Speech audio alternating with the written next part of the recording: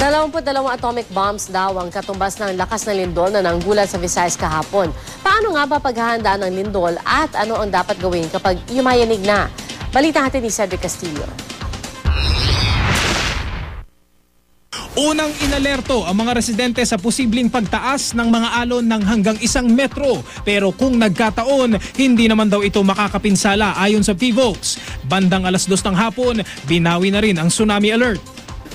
This is the first time na nakita namin na may epicenter na ganito kalaki yung lindol. Although for the past monitoring years namin, may napapansin na kami mga maliliit na events occurring dito sa northern side of Negros as well as on the western side. Sa talaan ng PHIVOLCS, ang 6.9 magnitude na lindol ay katumbas ng 340 kilotons ng pasabog na TNT. Ang atomic bomb na pinasabog noon sa Hiroshima sa Japan, sinlakas lamang ng 15 kilotons na pasabog. Kaya kung tutuusin, sinlakas ng 22 atomic bombs ang magnitude ng lindol na yumanig sa Visayas. Base sa modelo ng PHIVOLCS, resulta ito ng pag-angat ng isang bloke ng lupa sa ilalim ng dagat, bunsod ng paggalaw ng fault na tinatayang may 50 hanggang 80 kilometers ang haba.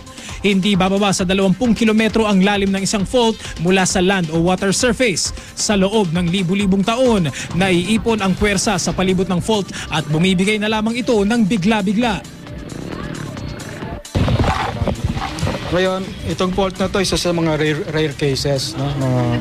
Magkakaroon ka ng vertical movement ng isang block. So ang nangyari kanina, ganito gumalaw yung fault, no?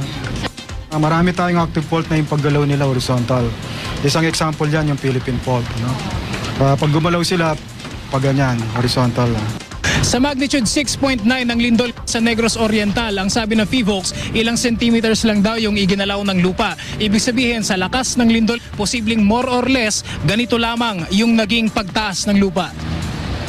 Tad-tad ng fault lines ang maraming bahagi ng Pilipinas. Kabilang dito ang local faults sa palibot ng epicenter ng lindol sa Negros Oriental.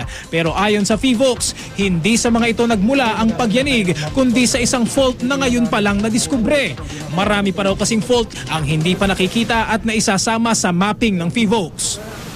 Nagkakaroon ng brain drain. Yung mga ibang geologists natin pumupunta sa private and then pinipilit namin mag-recruit, wala kaming ma-recruit. Isang reason yan.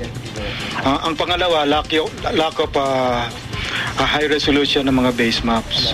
Pag kulang ka doon, medyo mahirapan ka talaga. Ang example ng isang blind fault yung New Zealand. Sila na-surprise din sila bakit biglang nagkaroon ng earthquake sa lugar na yon.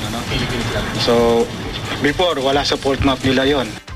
Walang nakatitiyak kung kailan darating ang isang lindol, kaya mainam, tiyaking maayos ang pagkakagawa ng inyong bahay o gusali. Siguruhin ring maayos ang pagkakatali ng mga nakabiting gamit sa bahay gaya ng chandelier. Maghanda palagi ng emergency kit na may lamang mga importanteng bagay gaya ng flashlight, tubig at pagkain.